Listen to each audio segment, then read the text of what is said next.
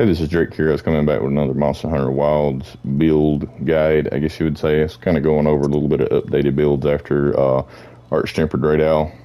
Honestly, I mean, this is just my opinion. Take it as you will. I wasn't overly impressed with his armor set or the skills on it. But, I mean, I've incorporated one piece of his armor into a couple of sets to get a little bit more.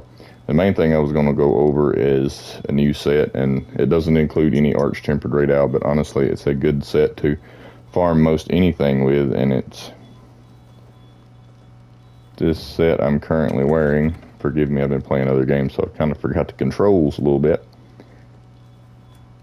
But yeah, the main thing is I just began running full Part Breaker, and you wouldn't think it would, especially with Sword and Shield. Part Breaker, I've come to find, is extremely good, because in this one, Part Breaker not only makes you deal more damage to parts, it also makes you make more wounds, and it makes you do 30%, at level 3 you do 30% more damage to the wounds you inflict. So compared to the other set that I was just showing, it's a little bit of a damage decrease, but I find that if you count it as being able to pop the wounds so quickly, especially with Sword and Shield, that it's kind of a damage uptime, and it gives you opportunity to flinch the monster, and if you pop enough wounds, you do get some knockdowns and such. But yeah, the equipment, of course, I usually go always with 2-piece gore, just because you can't beat the 25% affinity that's basically full uptime. And I do prefer the arc veiled healing, like you could do without this. I mean, the waist piece with 2 weakness exploits kind of required, but the arm piece are negotiable. Like if you didn't want convert element, which it doesn't work on status effect builds anyways, so it's a useless skill. And the slottage is okay, but I mean, if you wanted to swap that for something else you could do without the arc veiled healing, that's fine. I just tend to prefer it because of the way it heals. It's like, depends on the weapon, but on Sword and Shield it's like every 10 to 12 hits you get about 5% of your health back, so it kind of rewards me for being hyper aggressive. Like I've got another build I show with the Zoshia and try to keep the video not too long, but yeah, I like the Zoshia, but it's more of a constant healing, so I don't really get any more or any less. It's good to heal between areas, but with the Arc Veiled, it heals per hit. So if you take some chip damage through your shield blocks, you don't get a perfect block. You go in, and if you're hyper aggressive, you land 15, 20, 30, 40 hits before taking another hit. You've recovered 10, 15, 20% of your health back. So it kind of, like, the better I play, the better it works. It's not a set amount like the Zoshia, so that's the reason I kind of gravitate towards it, because the better I am, the better it is, instead of just being a set rate that never increases or decreases. So it just depends on how you prefer, but I always kind of go for Arc Veiled. Another thing I've incorporated, and I showed this in my last one, is the Mitsu for 2 levels of burst. And there's 2 ways to play this. You can do 2 levels of burst and full Part Breaker, or a Part Breaker 2 talisman, and 1 destroyer jewel in here, or you could swap this out for a burst talisman and 1 more chain deco and have full burst. But yeah, I mean, it does very respectable damage. Like this, I compared it, and it's about a 3 to 4% decrease in damage swapping from burst to Part Breaker. But like I said, with Part Breaker, it just kind of feels like it allows you to control the fight a lot more, being as you have those wounds, you always have them, and when you pop them, you do damage. Let's see if we can get a wound here. Oh, it popped. Sorry, you do more damage to them. But yeah, the Sword and Shield, the wound pop animation is so fast that it's almost like just delivering a full charge chop just instantly, and then you're right back to going again. Alright, but that's that build, and I would say that this particular build, it would be good for anything that has access, because we do have full maximal might, and this is a 100% affinity build. I didn't mention it before. It kind of requires Ardian. What I like to do is roll an Ardian that has at least 20% base affinity, and then throw 1 level 3 crit eye to get that 32%. So you're sitting at 62% when your maximal might is active. and then you get another 25% from your gore every time you overcome frenzy. So what is that, 87%? And then you get the 15% from hitting a weak point, so it figures at 102%. Pretty reliable, 100% uptime. Run level 3 crit boost, and then a Master's Charm here, so that your critical hits consume 80% less sharpness.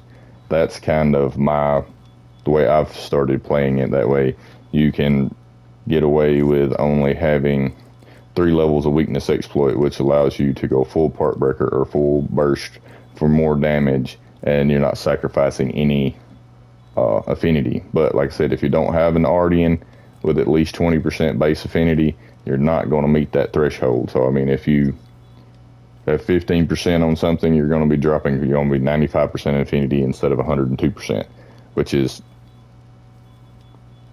or like 97%. So you'd be dropping like 3% affinity. Not a huge difference, but it does function better with Ardian. And the 3 level 3 slots really allow you to do 3 crit, 3 expert, and a Master's Charm, or, you know, if you prefer, a level 3 razor sharp charm, so that you're not dropping out of white sharpest as quickly and losing that damage multiplier. This isn't a perfect roll, but it's kind of what I would call close. I got 2 attack, 2 affinity, and 1 sharpness. Preferably, I would have preferred to drop 1 attack and roll another sharpness, just because not dropping out of white sharpness really helps a lot. You'll notice some monsters, when you drop from white sharpness to blue sharpness, your attacks turn from yellow to white. And when they drop from yellow to white, you're no longer activating weakness exploit, so you're losing all your weakness exploit activation. You're getting no affinity from it. So, in my opinion, sharpness is one of the best damage uptime skills in the game. Alright, but we'll go over the other one. Like, I put together a couple of different ones. We've got a full agitator set here, and this is kind of more for dual blades and bow. Probably more for dual blades, but it's just for something that doesn't have access to using maximum might, so it's just a way of trying to get a little bit more. And what we wound up going is, of course, always 2-piece gore, but we actually got the 2-piece Zoshia on this one, and the Guardian Arc build arms. And what that winds us up with is full weakness exploit, full agitator, and of course on dual blades we got Marathon Runner, and we got 1 burst, 2 coalescence. So I mean, you just get that benefit from having full agitator, which is 15% affinity and 20 attack. So I mean, you can figure that as probably 50% uptime, so you get about half of that value really. But when you don't have access to maximum might, you basically stuck with agitator or latent power. So I've kind of got a build for either or, but this one is more of a, I guess you would say, more uptime, whereas latent power is just on the timer or a damage set. But basically the same thing, just swapped it around a bit. And I mean, if you wanted to change the decos, you could always change out Sprinter for physique if you're running bow, but you have no stamina surge, so kind of makes it not that great for bow. But yeah, that's my kind of agitator dual blade set. I don't prefer the Zoshia super recovery because it's so slow, but it is a little bit of comfort. You can heal between areas, and it does really good damage, to be honest about the matter. And the other one is the newest one I've created. This one actually incorporates 1 piece of the arc build. This is a really solid bow build. And the reason I say that, and I equipped that just for, but you got full weakness exploit, level 4 constitution, and you're going to be overcapped when this latent power activates, because we're level 3. We got that 30% affinity, but we got 50% stamina reduction. 50% is the cap. So, I mean, with these 2 active, you're not going to get 90% of stamina use reduction. That would be awesome.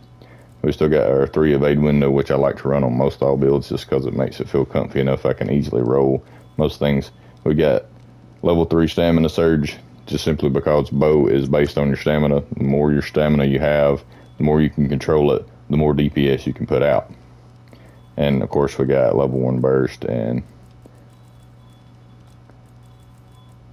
That's about it. You know, always full antivirus, just because you get that 25% recover from your frenzy on Affinity, and it just makes you recover that much faster, so you can recover from it in 10 seconds or so.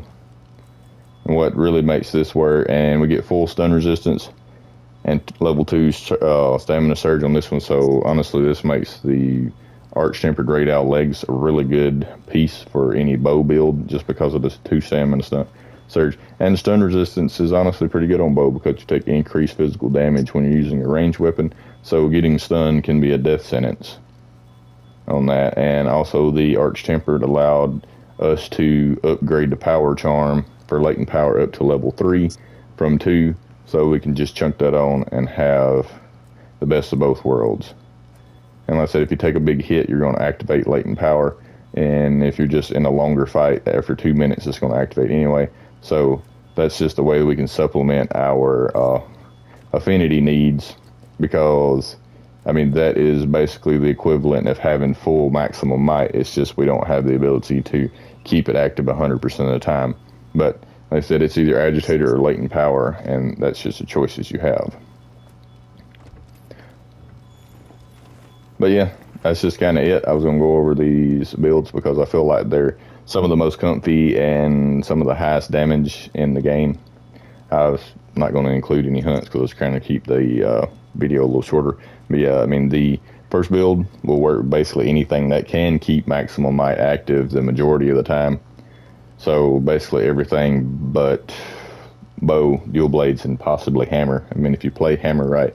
And I know you can run the one dual blades build with the Fulgur Anjanath for the extra stamina bar to keep maximum might active, but honestly it's just so awkward to play, and you're not playing it just feels like you're trying to feed maximum might constantly. You're not actually playing the weapon the way that you would enjoy it. So I don't like that. I prefer the other ones.